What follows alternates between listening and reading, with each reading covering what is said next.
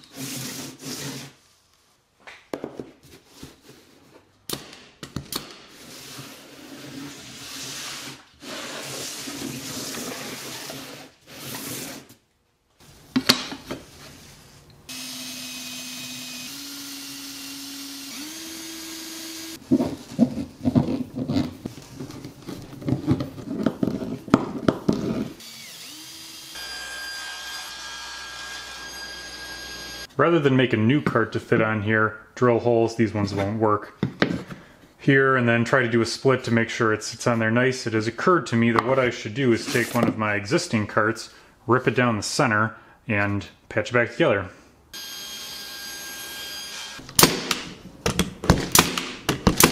I didn't actually try it first. I should have put this the other way.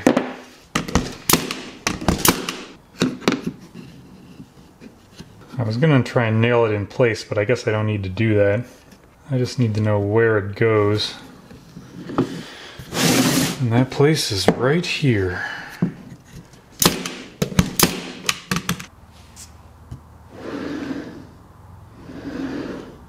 In keeping with my simplicity theme, it'd be cool if the pulley out here was similar to some other component on it, kind of like these wheels that are on the cart here.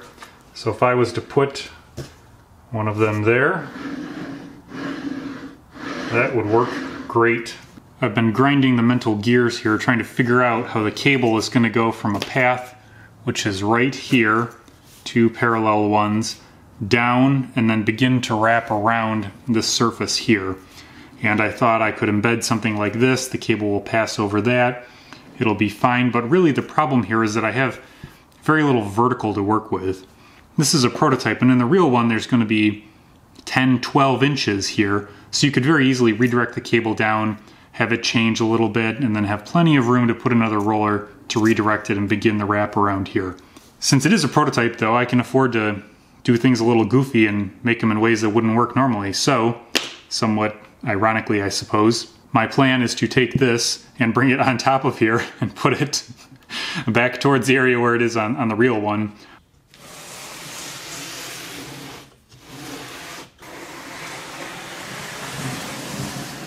Things are looking good on the vertical end. We've got our nice close gap here. I need this cable to come through here parallel and then turn to go over there. We've got our two pieces on here. The whole thing rotates around. It's looking pretty good. What we need now is a cable, or a simulated cable. So I have a plumb bob here. I'm just going to take the string for the time being, do a wrap around, a couple things here. take it around the other side. I don't have another clip at hand, so I'll just dangle this off the end and hopefully it doesn't touch the floor. Got some tension on our cable.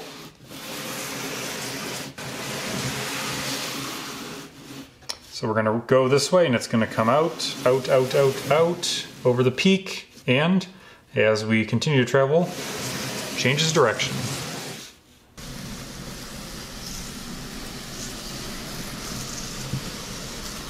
This is the stage where I need to start coupling this cable action to the cart here, so that when I drive it back and forth, it'll pull this in and out. And this is the part that was bothering me before when I was thinking about this, just as a concept, and it's bothering me now. In fact, it's bothering me so much that I'm thinking I might put this idea on the shelf. The issue is that you have to couple one part of this cable's motion to this cart, and since it's on this side here, and then this side here, you have to have a linkage like this that's going to drive this thing so that it can push it out and then go over and then pull it back. That's another linkage, and between this pulley and I was also realizing down here that when it has to go down and then go over, that's at least 5 extra pulleys and just parts in general, and that's for each arm. So that's going to be 40 extra parts, and it is just, it's discouraging me. Coupling this motion also, the problem with coupling to this is that cables work great in tension, and you can't push a rope though, so, and I was thinking about this before, but I thought I'd run with it.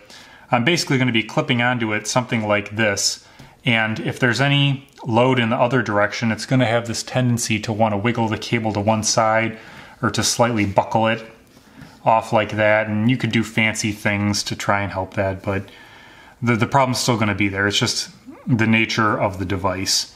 It also has to ride around here, so you start having to have something which is down low and comes over and then comes up, and this part's getting complicated. It's supposed to be simple for people to build on their own. I have a couple other thoughts with regard to a modification of the original system, which I'll get to in a second. But suffice to say, this system here, where it's anchored on both ends, is very convenient. And the reason why it's convenient and that it works is that the amount of slack which is generated on this side is exactly matched by the amount of slack that is taken up by this side.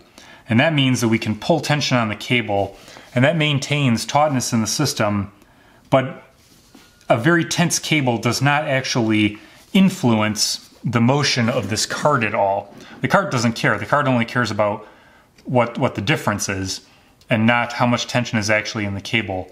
Whereas if I go to a cable system where it's wrapping around here and it goes over center, so that it's wrapped and then it goes over center and starts pulling again, I either have to come up with a mechanism to exactly do the opposite of that slack that's generated here, or I have to hang a weight on the end. And the problem with hanging a weight on the end is that that has an infinite-ish capacity to pull on the cable, and it's going to want to pull it so this cable is at its shortest point, which means that the weight is influencing the table to go to a certain position, which means it would have to be locked, and it just introduces a whole bunch of problems. So that is why I haven't leaned towards that. And even if you use gas springs or something else, it doesn't matter, or regular springs, you still have that issue of it wanting to pull the cable to the shortest point. If you wanted to make a mechanism to generate that slack for this coming over center and going back, you have to do the opposite. And without getting into something more complicated, which defeats the purpose, you'd have to go over center and have something over here. And the problem with that is that my cable has to sweep over center, and that's just not an option because I have that spindle here on top, I have the spindle here on the bottom. I have to have a completely clear path in order to go over center like that, and I just can't have that. It's not possible with the way that this is set up now. So that version of the cable is on the shelf, and this one is probably going to go on the shelf as well. So here's the deal. I need to mount a large flat plate on here if I'm going to go that route. And I also need to have some sort of mechanism to keep that star part centered and allow it to rotate. And if it's going to rotate concentric with this main axis, down the center is most certainly the easiest place to put it. So that means I'm going to be drilling this out to probably at least 3/8 of an inch here. Get rid of the grease fitting, put that down there. This part then becomes my only surface for mounting that large plate, and it's awfully small. There's going to be torque on it. How do I control that torque? I've been thinking about this, and it occurred to me that the reason this lip is so high here, the actual bearing is down in there. The reason it's so high is so you can put a cap on here to seal the grease in. Well, I'm not really sweating the grease too much. So if I was to take this off, this castle nut, and then pull off this keyed washer, what I now have is access to the top of that inner bearing race, which is fixed, and access to this nice flat where I can key something against it. If I was to lift this off of here, I could simply come in and trim away, even with an angle grinder, it doesn't matter. The actual surface that the bearing rests on isn't all that special, it's down there. You could trim away this top part and then have access to this flat and this keying feature, and these studs could get cut down a little bit. They don't need to be any taller than this. Then my plate can sit on there, and that also puts the plate down much lower. So I'll put in a shot of the other table, but that fixed plate is up here. That gives you some benefits as far as having more room down here for the 2X lift mechanism. So I've had some thoughts about the way that the arms stack. Basically on the other one I have them set up so that they have to wrap past one another, and that limits how far they can go. So I can't even take advantage of the full theoretical expansion of from here to here because I'm not able to wrap all the way around. So if I changed it so that these could go over top of one another, you would have to be more careful on your stacking, but it might be worth it. I mean, the thing about having a flat plate here is that it is so simple, and those arms are fixed. It's only one extra part between fixed and the thing. It's a system that's already proven itself.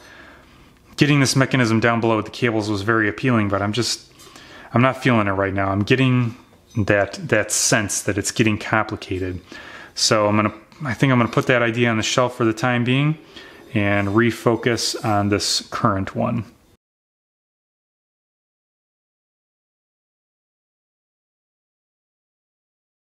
I know it was a little anticlimactic, this video, but next steps are going to be bolting the arms onto here, getting that plate set up in there, and then we need to figure out the hub which is going to rise, that's going to go up and down on here, and what sort of rails we're going to use to guide that.